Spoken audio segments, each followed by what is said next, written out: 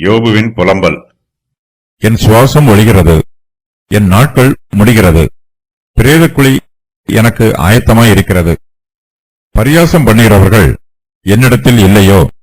அவர்கள் செய்யும் அநியாயங்களை என் கண் பார்த்துக் கொண்டிருக்கிறது. தேவரீர் என் காரியத்தை மேல் போட்டுக்கொண்டு எனக்காக பிணைப்படுவீராக. வேறே யார் எனக்கு கை கொடுக்கத்தக்கவர்? நீர் அவர்கள் இருதயத்துக்கு ஞானத்தை மறைத்தீர், ஆகையால் அவர்களை உயர்த்தாதிருப்பீர். எவன் தன் சிநேகிதருக்கு கேடாக துரோகம் பேசுகிறானோ அவன் பிள்ளைகளின் கண்களும் பூத்துப்போகும். ஜனங்களுக்குள்ளே அவர் என்னை பழமொழியாக வைத்தார். அவர்கள் முகத்துக்கு முன் நான் அருவருப்பானேன். இது நிமித்தம் என் கண்கள் சஞ்சலத்தினால் இருள் அடைந்தது. என் அவயவங்கள் எல்லாம் நிழலைப் போல் இருக்கிறது. சன்மார்க்கர் இதற்காக பிரமிப்பார்கள். குற்றமில்லாதவன் மாயக்காரனுக்கு விரோதமாக எழும்புவான். நீதிமான் தன் வழியை உறுதியாய் பிடிப்பான்.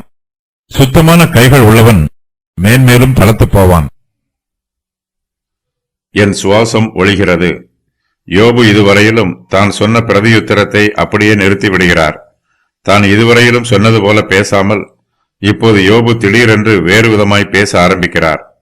யோபுவைப் போல மிகுந்த வேதனையில் இருக்கிறவர்கள் இப்படித்தான் மாறி மாறி பேசுவார்கள். அவருடைய சிந்தையில் குழப்பம் இருக்கும். அவருடைய பேச்சிலும் நிச்சயமும் உறுதியும் இருக்காது. தங்களுடைய இருதயத்தின் நினைவுகளை அப்படியே வார்த்தைகளாக கொட்டி விடுவார்கள். யோபு இதுவரையிலும் தன்னுடைய மரணத்தை விரும்பி அதை பற்றி பேசினார்.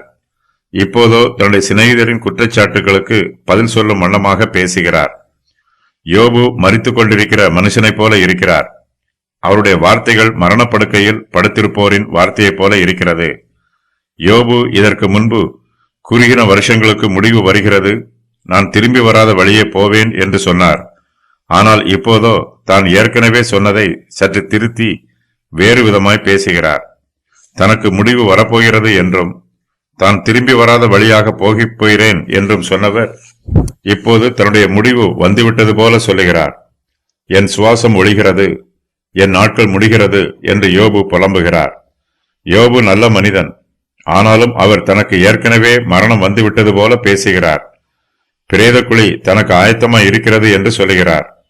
யோபுவின் வார்த்தைகள் நமக்கு எச்சரிப்பாக சொல்லப்பட்டிருக்கிறது. நம்முடைய ஆயுசு நாட்களை நாம் ஒருபோதும் அசட்டை பண்ணிவிடக்கூடாது. நாம் காலத்தை பிரயோஜனப்படுத்திக் கொள்ள வேண்டும். நித்தியத்தில் பிரவேசிப்பதற்கு நாம் எப்போதுமே ஆயத்தமாய் இருக்க வேண்டும். நம்முடைய மரண நாளை பார்த்து நாம் பயப்படக்கூடாது. மரிப்பதற்கு ஆயத்தமாய் இராமல் அசட்டையாய் இருக்கக்கூடாது. யோபுவைப் போலவே நமக்கும் பிரேதக்குழி ஆயத்தமாய் இருக்கிறது. நம்முடைய சுவாசமும் ஒழியப் போகிறது. நம்முடைய நாட்களும் முடியப் போகிறது. நாம் இந்த பூமியிலே நித்திய காலமாய் ஜீவிப்போம் என்று நினைக்கக்கூடாது. நமக்கு சடுதியிலே மரணம் வரும். நாம் பிரேதக்குழிக்குள் போக வேண்டிய நாள் சீக்கிரத்தில் வரப்போகிறது. இதையெல்லாம் நினைத்து பார்த்து நம்முடைய ஜீவியத்தை கர்த்தருடைய சமூகத்தில் ஒழுங்குபடுத்திக் கொள்ள வேண்டும். பரிசுத்தமாய் ஜீவிக்க வேண்டும். நாம் இந்த பிரபஞ்சத்தில் ஜீவித்தாலும் பரலோகத்திற்கு உரியவர்களாய் ஜீவிக்க வேண்டும். யோபுவின் துயரம். என் சுவாசம் ஒழிகிறது, என் நாட்கள் முடிகிறது. பிரேதக்குழி எனக்கு ஆயத்தமாய் இருக்கிறது. பரியாசம் பண்ணுகிறவர்கள் என்னிடத்தில் இருக்கிறார்கள். அவர்கள் செய்யும் அநியாயங்களை என் கண் பார்த்து கொண்டிருக்கிறது. என் காரியத்தை மேல் போட்டுக்கொள்ளும். எனக்காக பிணைப்படுவீராக. எனக்கு கைகொடும்.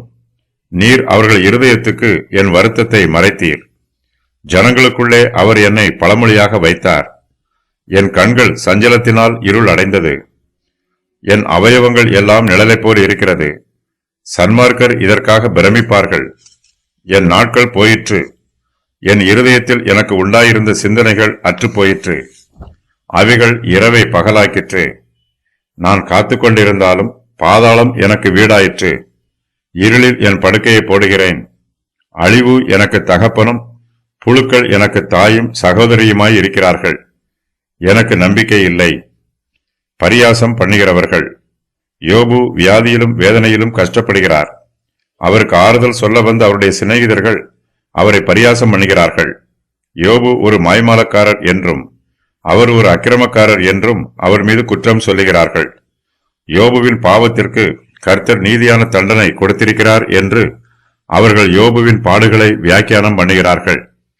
தன்னுடைய சிநேகிதர்கள் தன்னை பரியாசம் பண்ணும்போது யோபு தன்னை நோக்கி பார்க்கிறார். அவர்கள் சொல்வது போலவே யோபுவுக்கு அதிகமான பாடுகளும் வேதனையும் வந்திருக்கத்தான் செய்கிறது. தன்னுடைய பாடுகளுக்கு தன்னுடைய பாவமோ அநியாயமோ அக்கிரமமோ காரணம் அல்ல என்பது யோபுவுக்கு நன்றாய் தெரியும். ஆனாலும் யோபுவின் சிநேகிதர்கள் அவரை பரியாசம் பண்ணுகிறார்கள்.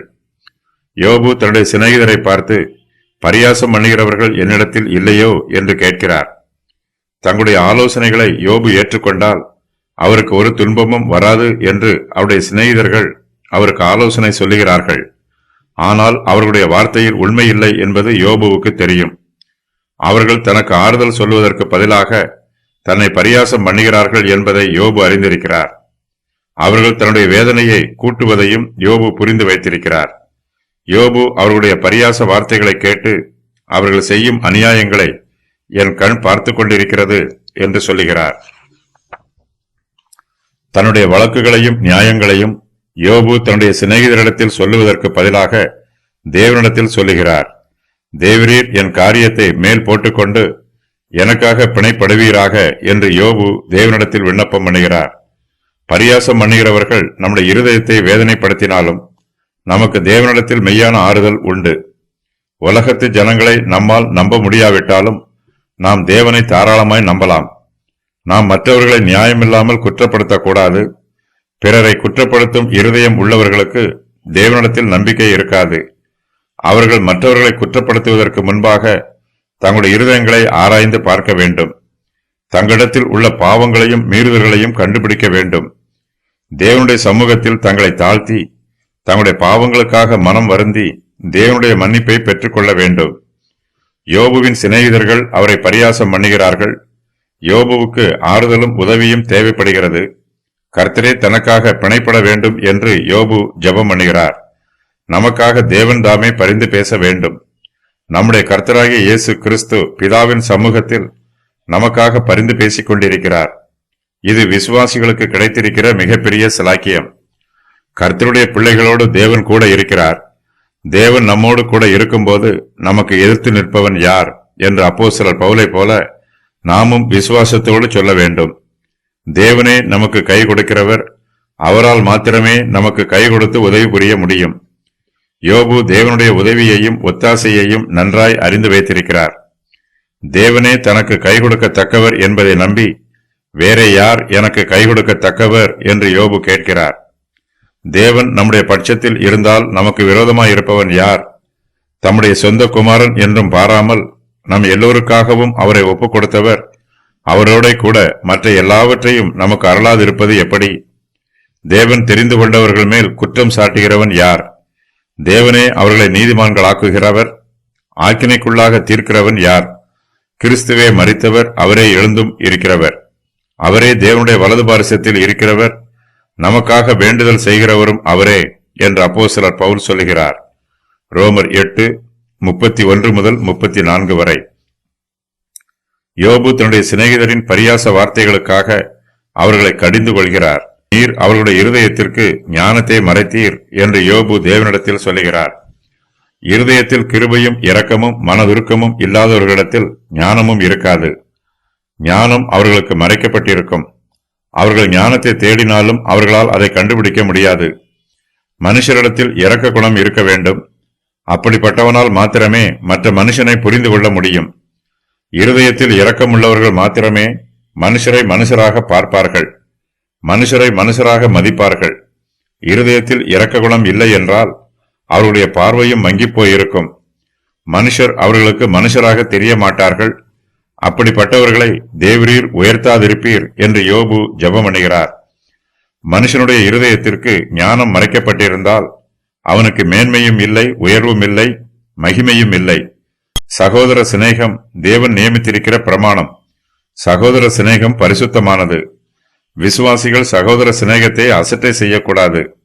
சகோதர சிநேகத்தின் பிரமாணத்தை மீறுகிறவர்கள் அதனால் உண்டாகிற ஆசீர்வாதங்களுக்கு அந்நியராயிருப்பார்கள். நாம் நம்மை நேசிப்பது போல பிறரையும் நேசிக்க வேண்டும். நம்முடைய சிநேகிதருக்கு நாம் கேடு நினைக்கக்கூடாது. அவர்களுக்கு விரோதமாக கேடாக துரோகம் பேசக்கூடாது.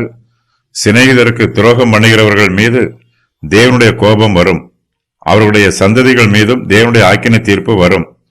தன்னுடைய சிநேகிதருக்கு கேடாக துரோகம் பேசுகிறவனுடைய பிள்ளைகளின் கண்களும் பூத்து போகும் என்று யோபு சொல்லுகிறார். நாம் பிறருக்கு கேடு செய்தால் பிறர் நமக்கு கேடு செய்வார்கள். மற்றவர்கள் நமக்கு என்ன செய்ய வேண்டும் என்று விரும்புகிறோமோ அதையே நாம் அவர்களுக்கு செய்ய வேண்டும். யோபுவின் சிநேகிதர் அவரை பரியாசம் பண்ணுகிறார்கள்.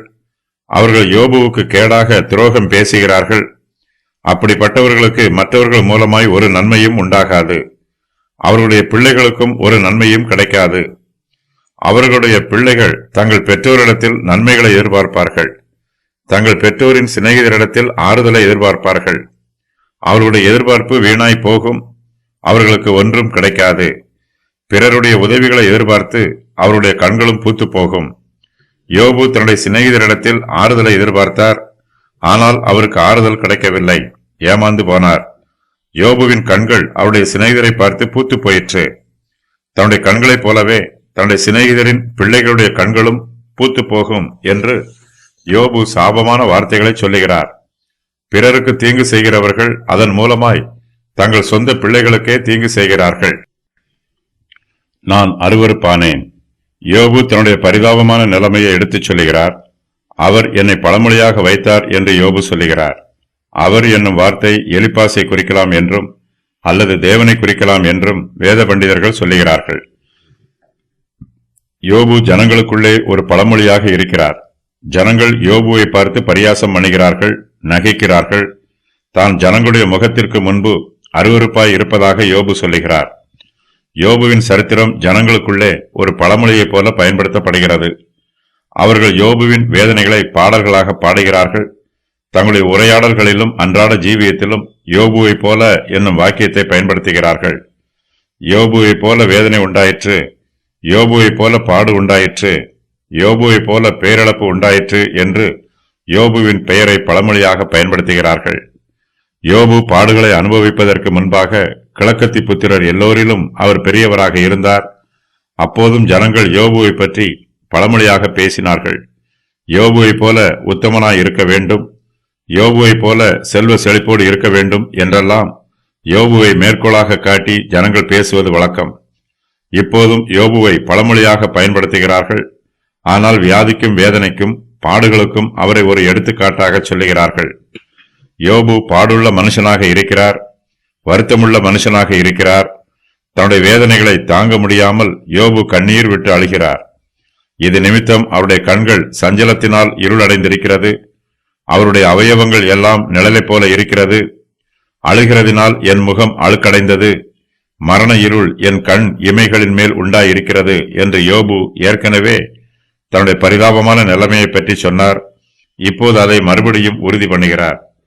யோபு ஒரு எலும்புக்கூடு போல இருக்கிறார், என் அவயங்கள் எல்லாம் நிழலைப் போல் இருக்கிறது என்று சொல்லுகிறார். தன்னுடைய உருவம் ஒரு மனுஷனுடைய உருவத்தைப் போல் இல்லை என்றும் அது மனுஷனுடைய நிழலைப் போல் இருக்கிறது என்றும் யோபு வேதனையோடு சொல்லுகிறார். சன்மார்க்கர் யோபுவின் ஜீவியத்தையும் அவருடைய பாடுகளையும் பார்ப்பார்கள். தேவனிடத்திலிருந்தும் அவருடைய சத்துருக்களிடத்திலிருந்தும் அவருடைய சிநேகிதரிடத்திலிருந்தும் யோபு பெற்றுக்கொண்ட துன்பங்களையும் வேதனைகளையும் அவர்கள் தியானித்து பார்ப்பார்கள். சன்மார்க்கர் உண்மை உள்ளவர்கள், அவர்கள் நேர்மையும் கண்ணியமும் உள்ளவர்கள். அவர்களுடைய பார்வை மாறுபாடாய் இருக்காது. சன்மார்க்கர் நல்ல நோக்கத்தோடு இந்த பிரபஞ்சத்தில் ஜீவிக்கிறார்கள். யோபுவும் ஒரு சன்மார்க்கர். அவர் உத்தமனும் சன்மார்க்கனும், தேவனுக்கு பயந்து பொல்லாப்புக்கு விலகுகிறவருமாய் இருக்கிறார். யோபு இந்த வசனத்தில் சன்மார்க்கர் என்று தன்னோடு நெருங்கி பழகியவர்களையும் தன்னோடு கூட இருப்பவர்களையும் சொல்லுகிறார். அவர்கள் குற்றம் இல்லாதவர்கள், அவர்களை பரிபூர்ணமானவர்கள் என்று சொல்ல முடியாது. ஆனாலும் அவருடைய உள்ளத்தில் கள்ளம் கபடம் எதுவும் இல்லை. அவர்கள் பரிபூர்ண ஜீவனை நோக்கி முன்னேறி செல்லுகிறார்கள். அவர்களுடைய வார்த்தையிலும் செய்கையிலும் உண்மை இருக்கிறது. இப்படிப்பட்டவர்கள் சுவிசேஷ சத்தியத்தின் பிரகாரமாய் பரிபூர்ணமானவர்களாய் இருக்கிறார்கள். அவருடைய கைகள் குற்றமில்லாமல் சுத்தமாய் இருக்கும். அவர்கள் தங்கள் கைகளை பாவத்தினால் கரைப்படுத்திக் கொள்ள மாட்டார்கள். கர்த்தாவே, நான் துதியின் சத்தத்தை தொனிக்க பண்ணி உம்முடைய அதிசயங்களையெல்லாம் விவரிப்பதற்காக நான் குற்றமில்லாமையிலே என் கைகளை கழுவி உம்முடைய பீடத்தை சுற்றி வருகிறேன் என்று சங்கீதக்காரர் சொல்லுகிறார். சங்கீதம் 26:6-7. யோபு இப்போது வியாதியிலும் வேதனையிலும் இருக்கிறார். யோபுவின் வேதனைகளை பார்த்து சன்மார்க்கர் பிரமிப்பார்கள். யோபுவைப் போல நல்ல மனுஷருக்கு இப்படிப்பட்ட பாடுகள் ஏன் உண்டாயிற்று என்று ஆச்சரியத்தோடு யோசிப்பார்கள். யோபுவின் சரீரத்தில் எப்படி வியாதி உண்டாயிற்று என்றும், அவருடைய நற்பெயருக்கு ஏன் களங்கம் உண்டாயிற்று என்றும், அவர் தன்னுடைய சம்பத்துக்களை எல்லாம் ஏன் மொத்தமாக இழந்து போனார் என்றும், யோபுவின் பிள்ளைகள் எல்லோரும் ஏன் ஒரே நேரத்தில் செத்து போனார்கள் என்றும் சன்மார்க்கர் ஆச்சரியத்தோடு யோசித்து பார்ப்பார்கள். தேவனுடைய கரம் யோபுவின் மீது ஏன் பலமாய் வந்து இறங்கிற்று என்றும், அவருக்கு ஆறுதல் சொல்ல வேண்டிய சிநேகிதர்கள் அவரை ஏன் அதிகமாய் வேதனைப்படுத்துகிறார்கள் என்றும் சன்மார்க்கர் பிரமிப்போடு யோசித்து பார்ப்பார்கள். துன்மார்க்கனுக்கு வரவேண்டிய பாடுகள் எல்லாம் சன்மார்க்கனாகிய யோபுவுக்கு வந்திருக்கிறது. தேவன் பூமியை புறக்கணித்து விட்டாரோ என்றும், அவர் நல்லவரை கைவிட்டு விட்டாரோ என்றும், தேவனை சேவிப்பது வீணானதோ என்றும் சன்மார்க்கர் யோசித்து பார்ப்பார்கள். நாம் இந்த பிரபஞ்சத்தில் நடக்கும் சம்பவங்களை பார்த்து அவற்றை நம்முடைய சுய சித்தத்தின் பிரகாரம் வியாக்கியானம் பண்ணக்கூடாது.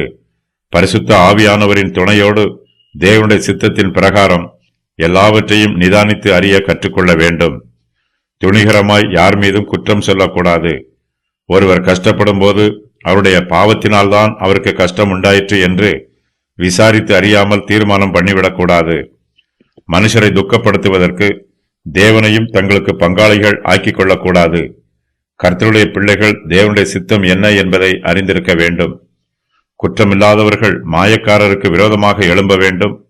நம்மீது பிறர் அவதூறாக குற்றம் சொல்லும் போது அவர்களுடைய குற்றச்சாட்டுக்களை கேட்டு நாம் மனம் சோர்ந்து போய்விடக்கூடாது. நாம் சாத்தானுக்கு எதிர்த்து நிற்பது போல நமக்கு விரோதமாய் பரியாசம் பண்ணுகிறவர்களுக்கும் எதிர்த்து நிற்க வேண்டும். குற்றமில்லாதவன் மாயக்காரனுக்கு விரோதமாக எழும்புவான் என்று யோபு சொல்லுகிறார்.